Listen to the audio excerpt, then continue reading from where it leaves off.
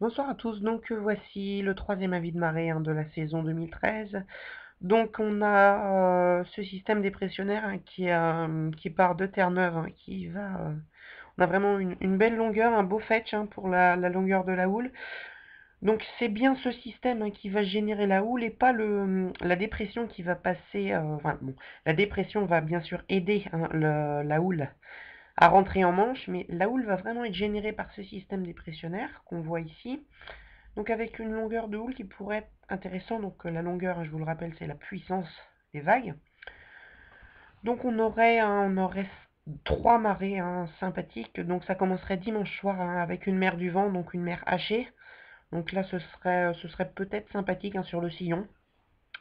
À voir, mais c'est surtout lundi matin, puisqu'on aura des pressions atmosphériques assez basses. Donc la mer sera plus haute que prévu. On aura l'équivalent d'un coefficient 110 à peu près, avec une très belle houle qui est annoncée sur Saint-Malo. Mais ça reste quand même, avec cette dépression, les côtes bretonnes et les côtes atlantiques qui restent en ligne de mire avec la surcôte. Donc concernant ce qu'on pourrait observer sur Saint-Malo, donc comme je vous le disais, dimanche soir, qui pourrait être sympathique sur le sillon, tout ça reste sous réserve bien sûr, parce que la fiabilité des modèles météo est relativement mauvaise en ce moment, donc et puis la dépression pourra passer plus au nord ou plus au sud. Donc ce qui est sûr, ce qui est acquis ce soir, c'est et la surcôte due aux basses pressions et la houle venant du système dépressionnaire qui est actuellement sur Terre-Neuve. Donc voilà, il y aura du spectacle lundi matin sans problème. On pourrait avoir de très très gros paquets de mer sur la digue, donc il faut vraiment pas y aller. Là, ce sera vraiment très méchant.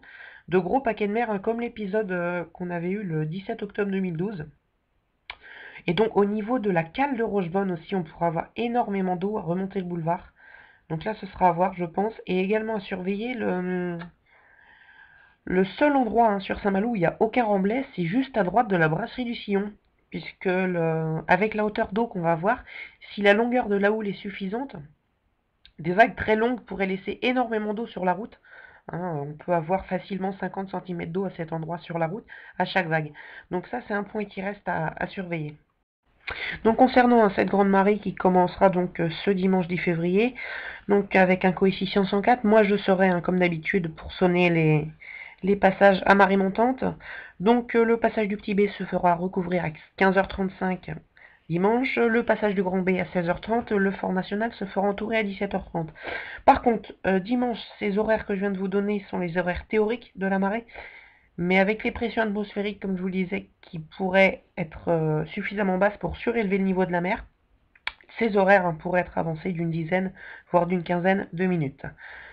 Donc le lundi, les submersions, donc un grande marée de coefficient 106, le passage du petit B se fera entourer à 16h30, le passage du grand B se fera entourer à 17h15 et le fort national se fera entourer à 18h13. Et le mardi 12 février, la grande marée de coefficient 106, passage du petit B 17h08, passage du grand B 17h55, et le fort national, selon l'éclairage et la présence de touristes, 18h50. Donc à toutes et à tous, une très belle grande marée, restez prudents comme d'habitude. Voilà.